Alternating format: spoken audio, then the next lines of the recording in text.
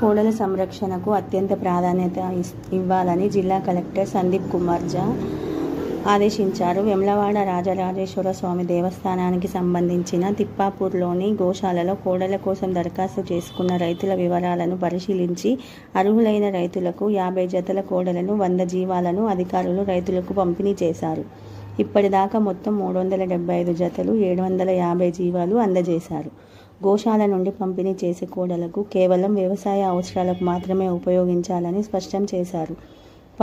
వాటిని పక్కదారి పట్టిస్తే కఠిన చర్యలు తీసుకోవడంతో పాటు కేసు నమోదు చేస్తామని హెచ్చరించారు జిల్లా కలెక్టర్.